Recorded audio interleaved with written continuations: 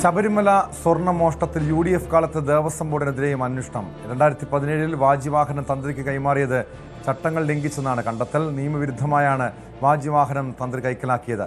കോൺഗ്രസ് നേതാവ് പ്രയാർ ഗോപാലകൃഷ്ണൻ പ്രസിഡന്റായിരിക്കെയാണ് വാജിവാഹനം കൈമാറിയത്. വാജിവാഹനം ദേവസ്വം ബോർഡ് സ്വത്തെന്ന് വ്യക്തമാക്കുന്ന രേഖകളും പുറത്തുവന്നു. വിവരങ്ങളുമായി സാരംഗ് സുധാകരൻ ചേരുന്നുണ്ട്. സാരംഗ്, ഈ സ്വർണ്ണമോഷണ കേസിൽ അന്വേഷണം യഥാർത്ഥത്തിൽ നടക്കേണ്ടത് രീതിയിലാണ് ഇപ്പം മുന്നോട്ട് പോകുന്നത്. കാരണം നമുക്കറിയാം, ഈ പ്രധാനപ്പെട്ട ആളുകളിലേക്ക്, ഉന്നതരിലേക്ക് അന്വേഷണം എത്തിയിട്ടില്ല. അതിനിടെ സോണിയാഗാന്ധിയെ ഉണ്ണികൃഷ്ണൻ പോയിട്ട് കണ്ടു എന്ന് പറഞ്ഞ് UDF കൺവീനറെ ചോദ്യം പറയുന്നു. ഇപ്പോൾ UDF കാലത്തെ ചട്ടലംഘനങ്ങൾ ചൂണ്ടിക്കാണിച്ചുകൊണ്ട് പുതിയ നീക്കങ്ങൾ ഉണ്ടാകുന്നു. അതിലേക്ക് അന്വേഷണം നീങ്ങുന്നു. യഥാർത്ഥത്തിൽ ഈ ശബരിമലയിലെ സ്വർണ്ണപ്പാളിയുമായി ബന്ധപ്പെട്ട മോഷണത്തിൻ്റെ അന്വേഷണത്തിൽ നിന്നും ഗതി മാറുകയാണോ? ഇത് ഈ ഒരു പുതിയ അന്വേഷണം, അതായത് UDF കാലത്തെ ദേവസ്വം ബോർഡിലായിട്ടുള്ള അന്വേഷണം ഒരു രാഷ്ട്രീയ പ്രേരിതമെന്ന് സംശയിക്കണോ?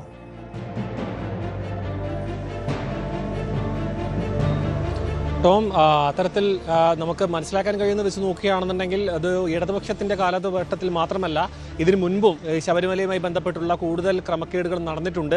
ഇതിന്റെ ഒരു അതായത് ഈ ഒരു 2019 മുതൽ നടന്ന ഒരു സ്വർണ്ണക്കൊള്ളയിൽ മാത്രം ഒതുങ്ങി നിൽക്കുന്ന ഒരു വിഷയമല്ല, ഈ ഒരു സർക്കാരിന്റെ കാലഘട്ടത്തിൽ മാത്രം നടന്ന ഒരു ഒറ്റപ്പെട്ട സംഭവമല്ല എന്ന് ചിത്രീകരിക്കാൻ വേണ്ടി കൂടിയായിരിക്കണം ഇത്തരത്തിലുള്ളൊരു കൂടുതൽ അന്വേഷണം വ്യാപിപ്പിക്കാനുള്ളൊരു നീക്കം നടക്കുന്നത്. കാരണം തദ്ദേശ തെരഞ്ഞെടുപ്പിലടക്കം ഇത് വലിയ രീതിയിൽ തിരിച്ചടിയായിട്ടുണ്ട് എന്ന് CPM അടക്കം വിലയിരുത്തിയിരുന്നു.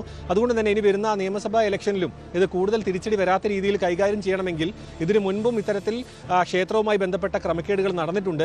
അത് UDFന്റെ കാലത്തിലടക്കം ആണ് ഈ കാര്യങ്ങൾ നടന്നിട്ടുള്ളത് എന്ന രീതിയിലേക്ക് ഈ കാര്യങ്ങൾ മാറ്റേണ്ട ഒരു ആവശ്യം CPMന്റെ ഭാഗത്ത് നിലനിൽക്കുന്നുണ്ട്. പക്ഷേ ഈ കാര്യത്തിൽ നിലനിൽക്കുന്ന മറ്റൊരു പ്രധാനപ്പെട്ട കാര്യം എന്ന് പറയുന്നത് വാജിവാഹനവുമായി നിലനിൽക്കുന്ന ഒരു പ്രധാനപ്പെട്ട കാര്യമാണ്. കാരണം ഈ ഒരു വാജിവാഹനം കണ്ടെടുക്കുന്നു, തന്ത്രിക്ക് കൈമാറുന്നു, അത് ദൃശ്യങ്ങൾ ഉൾപ്പെടെ പകർത്തിക്കൊണ്ടായിരുന്നു. അതായത് അത്രയും പൊതുപരിപാടിയായിട്ടായിരുന്നു ഈ ഒരു വാജിവാഹനം ഈ ഒരു തന്ത്രിക്ക് കൈമാറുന്നത്. പക്ഷേ അത് കൃത്യമായിട്ടുള്ളൊരു ചട്ടലംഘനമാണ് എന്ന തരത്തിലാണ് അന്വേഷണത്തിന്റെ ഭാഗമായി വെളിപ്പെടുന്നത്. കാരണം 2012-ലെ ഉത്തരവ് പ്രകാരം ഈ ഒരു ക്ഷേത്രവുമായി ബന്ധപ്പെട്ട ദൈവികമോ അല്ലാതെ ഭൗതികമായ വസ്തുക്കൾ, അത് ഈ ഒരു ചടങ്ങുകളുമായി ബന്ധപ്പെട്ട അല്ലെങ്കിൽ ഈ ഒരു ക്രിയകളുമായി ബന്ധപ്പെട്ട് ഉപയോഗിക്കുന്നതോ അത് കാലപ്പഴക്കം കാരണം മാറ്റിവെച്ചതോ ആയിക്കോട്ടെ, അത് ഏത് തരത്തിലുള്ള വസ്തുവാണെന്നുണ്ടെങ്കിലും അത് കൈമാറ്റം ചെയ്യാൻ പാടില്ല.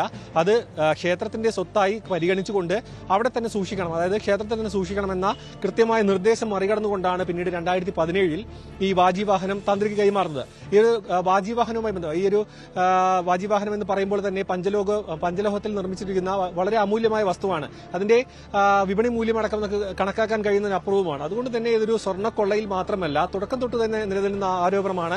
സ്വർണം മാത്രമല്ല ഈ ഒരു ശബരിമലയിൽ നിന്ന് മോഷണം പോയിരിക്കുന്നത്, പല അമൂല്യമായ വസ്തുക്കളടക്കം ഇവിടെ നിന്ന് മോഷണം പോയിട്ടുണ്ട് എന്ന തരത്തിലുള്ള പല ആരോപണങ്ങൾ നിലനിന്നിരുന്നു. അത് ശരിവെക്കുന്ന തരത്തിലുള്ള കണ്ടെത്തലുകളാണ് ഇപ്പോൾ പ്രത്യേക അന്വേഷണ സംഘം നടത്തുകയും ചെയ്യുന്നത്. പക്ഷേ ഇതിലൊരു രാഷ്ട്രീയ ലക്ഷ്യം ടോം സൂചിപ്പിച്ചതുപോലെ തന്നെ ഉണ്ടോ എന്ന കാര്യം സംശയിക്കേണ്ടി വരുന്നത്. കാരണം ഈ ഒരു ഇടതുപക്ഷത്തിന്റെ ഭാഗത്തു നിന്നും ഇതിനു മുൻപും, അതായത് ഈ ഒരു സ്വർണ്ണക്കൊള്ളയുടെ കാര്യം തന്നെ കണക്കാക്കുകയാണെന്നുണ്ടെങ്കിൽ വിജയ് മല്യ സ്വർണം പൂശിയ കാലഘട്ടത്തിൽ തൊട്ടുള്ള കാര്യങ്ങൾ അന്വേഷിക്കണമെന്ന് തുടക്കം തൊട്ട് തന്നെ ആവശ്യം ഉയർന്നിരുന്നു.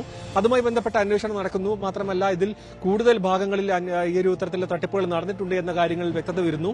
അങ്ങനെ നോക്കുകയാണെന്നുണ്ടെങ്കിൽ ഈ വാജിവാഹനവുമായി ബന്ധപ്പെട്ട പുതുതായി ഉടലെടുത്ത വിഷയത്തിൽ CPM മാത്രമല്ല UDFും കുരുക്കിലേക്ക് നീങ്ങുന്ന ഒരു കാഴ്ചയാണ് നമുക്ക് കാണാൻ കഴിയുന്നത്. കാരണം കൃത്യമായ ഉത്തരവുണ്ടായിരുന്നിട്ടും അത് പകൽ വെളിച്ചത്തിൽ ലംഘിച്ചുകൊണ്ടാണ് ഈ വാജിവാഹനം തന്ത്രിക്ക് കൈമാറുന്നത്.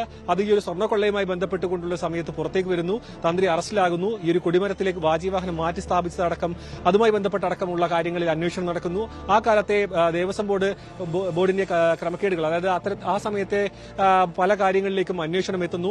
നോക്കുകയാണെന്നുണ്ടെങ്കിൽ ഹൈക്കോടതിയുടെ ഭാഗത്ത് നോക്കുകയാണെന്നുണ്ടെങ്കിൽ ഈ ഒരു ഉന്നതരിലേക്ക് എത്താൻ ഒരു മടി കാണിക്കുന്ന അന്വേഷണ സംഘം, മറ്റൊരു വശത്ത് നോക്കുകയാണെന്നുണ്ടെങ്കിൽ ഈ ഒരു UDFന്റെ കാലഘട്ടത്തിലെ പല കാര്യങ്ങളിലേക്കും അന്വേഷണം വളരെ വേഗത്തിലെത്തുന്നു എന്ന കാര്യത്തിലടക്കം ഒരു സൂചന നൽകിക്കൊണ്ടാണ് ഇപ്പോൾ അന്വേഷണം മുന്നോട്ട് പോകുന്നത്. പക്ഷേ ഇതിൽ ഉന്നതരുടെ ബന്ധം ഇനിയും ഇവർക്ക്, അതായത് അന്വേഷണ സംഘത്തിന് ഗൂഢാലോചനയിൽ പങ്കെടുത്ത ആരൊക്കെ എന്നടക്കമുള്ള കാര്യങ്ങളിൽ വ്യക്തത വരുത്തേണ്ടത് ഹൈക്കോടതിയുടെ സമ്മർദ്ദപ്രകാരം ഇപ്പോഴും നിലനിൽക്കുന്നുണ്ട്. അതിലേക്ക് ഇനിയും എത്താൻ കഴിഞ്ഞിട്ടില്ല. പ്രയാർ ഗോപാലകൃഷ്ണൻ, മുൻ ദേവസ്വം ബോർഡ് പ്രസിഡന്റ്, ഇപ്പോൾ ജീവിച്ചിരിക്കുന്ന പോലുമില്ല.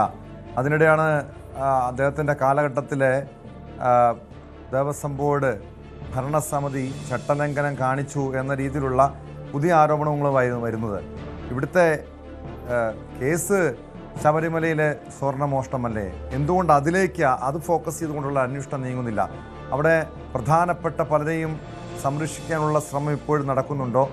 ഈ പാർട്ടി, അതായത് പ്രതികളായിട്ടുള്ളവരെ CPM സംരക്ഷിക്കുന്നു, അവർക്കെതിരെ യാതൊരു നടപടിയും സ്വീകരിക്കുന്നില്ല എന്ന് പ്രതിപക്ഷം ആരോപണം ഉന്നയിക്കുന്നു.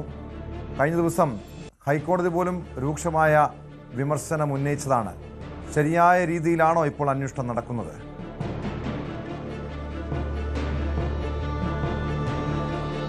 തീർച്ചയായിട്ടും. കാരണം 2 തവണ ആയിട്ടാണ് ഇപ്പോൾ ഹൈക്കോടതി ഈ ഒരു അന്വേഷണ സംഘത്തിനെ കൃത്യമായി വിമർശിച്ചത്. കാരണം എന്തുകൊണ്ട് ബോർഡ് അംഗങ്ങളിലേക്ക് നീങ്ങുന്നില്ല, മറ്റു ഉന്നതരിലേക്ക് എന്തുകൊണ്ട് പോകുന്നില്ല എന്ന കൃത്യമായ കാരണങ്ങൾ നിരത്തിക്കൊണ്ടായിരുന്നു ഹൈക്കോടതിയുടെ വിമർശനം. അത് നിലനിൽക്കുന്നുണ്ട്. മറ്റൊരു വശത്ത് നോക്കുകയാണെന്നുണ്ടെങ്കിൽ പ്രതിപക്ഷമടക്കം ആരോപിക്കുന്ന പല വിഷയങ്ങളുണ്ട്. അതായത് മുഖ്യമന്ത്രിയുടെ ഓഫീസിൽ നിന്നും ചില ഉന്നതരുടെ കൈകടത്തലുകൾ ഈ അന്വേഷണ സംഘത്തിന്റെ ഭാഗത്ത്, അതായത് അന്വേഷണ സംഘത്തിന്റെ മേൽ സമ്മർദ്ദം ചെലുത്തുന്നു, ഈ ഒരു തെരഞ്ഞെടുപ്പിന്റെ സമയത്ത് അന്വേഷണം ഉന്നതരിലേക്ക് എത്താതിരിക്കാനുള്ള ഒരു നീക്കം നടക്കുന്നു എന്ന പരാമർശം നടത്തുന്നു. ആ പ്രതിപക്ഷത്തിന്റെ ഈ ഒരു വാദം അംഗീകരിച്ചുകൊണ്ട് തന്നെയാണ് ഹൈക്കോടതി വിമർശനം നടത്തുന്നത്. കാരണം ഇത്രയും കാലമായി, അതായത് കൃത്യമായി ഒരു നഷ്ടപ്പെട്ടു പോയ സ്വർണത്തിന്റെ കണക്ക് കണ്ടെത്താനോ അതിൽ എത്ര വ്യാപ്തി ഉണ്ടെന്ന് കണ്ടെത്താനോ അത് ഏതൊക്കെ ഭാഗത്തേക്ക് കൈമാറി പോയിട്ടുണ്ടെന്ന് കണ്ടെത്താനോ ഇപ്പോഴും അന്വേഷണ സംഘത്തിന് വ്യക്തമായ ഒരു ധാരണയിലേക്ക് എത്താൻ കഴിഞ്ഞിട്ടില്ല. മാത്രമല്ല പല സമയത്തും അന്വേഷണം വഴിതെറ്റിപ്പോകുന്ന ഒരു സാഹചര്യം ഉണ്ടായിട്ടുണ്ട്. കാരണം ഡി മണി എന്നൊരു വ്യക്തി ഇതിലേക്ക് വരുന്നു, അന്താരാഷ്ട്ര തട്ടിപ്പ് സംഘവുമായി ബന്ധമുണ്ടെന്ന് പറയുന്നു, പക്ഷേ പിന്നീട് അന്വേഷണ സംഘം തന്നെ ക്ലീൻ ചിറ്റ് നൽകുന്നു എന്ന് പറയുന്നു. അപ്പോൾ തന്നെ മനസ്സിലാക്കാം, അതായത് ഈ ഒരു അന്വേഷണം ശരിയായ ദിശയിലാണോ പോകുന്നത് എന്നൊരു ചോദ്യം നിലനിർത്തിക്കൊണ്ടാണ് ഈ ഒരു മുന്നോട്ട് പോകുന്നത്. അതായത് SITയുടെ അന്വേഷണത്തിൽ ഈ ഒരു ഗൂഢാലോചനയിൽ പങ്കെടുത്ത ആരൊക്കെ എന്ന ചോദ്യം ഇപ്പോഴും നിലനിൽക്കുന്നുണ്ട്. കാരണം ശബരിമല പോലെ ഒരു ക്ഷേത്രത്തിൽ ഒരു ഉന്നതരുടെ പങ്കില്ലാതെ ഇത്തരത്തിലുള്ള വലിയ വ്യാപ്തിയുള്ള ഒരു കൊള്ള നടക്കില്ല. കാരണം ഹൈക്കോടതിയുടെയും സർക്കാരിന്റെയും കർശന ഒരു നിരീക്ഷണമുള്ള ഒരു ക്ഷേത്രമാണ് വിവരങ്ങൾ നൽകിയത്. ഉന്നതരുടെ പങ്കില്ലാതെ എങ്ങനെ ഇത്രയും വലിയൊരു കൊള്ള ശബരിമല പോലെയുള്ള ഒരു ക്ഷേത്രത്തിൽ, ഒരു പ്രധാനപ്പെട്ട ഒരു തീർത്ഥാടന കേന്ദ്രത്തിൽ നടക്കുന്നുവെന്ന ഒരു ചോദ്യം തന്നെയാണ്. കൂടുതൽ വാർത്തകൾക്ക് News 18 Keralam YouTube channel subscribe ചെയ്യുക.